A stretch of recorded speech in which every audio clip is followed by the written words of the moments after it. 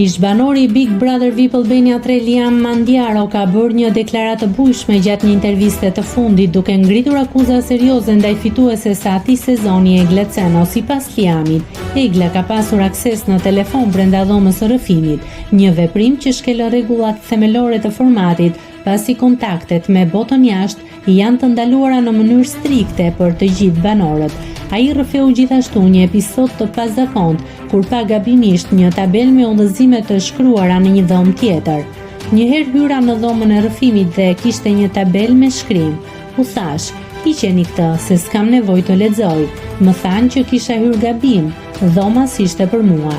Deklaratat e tij kanë ngjallur reagime të shumta në rrjet, ndërsa deri tani nuk ka asnjë reagim zyrtar nga produksioni Big Brother VIP Albania.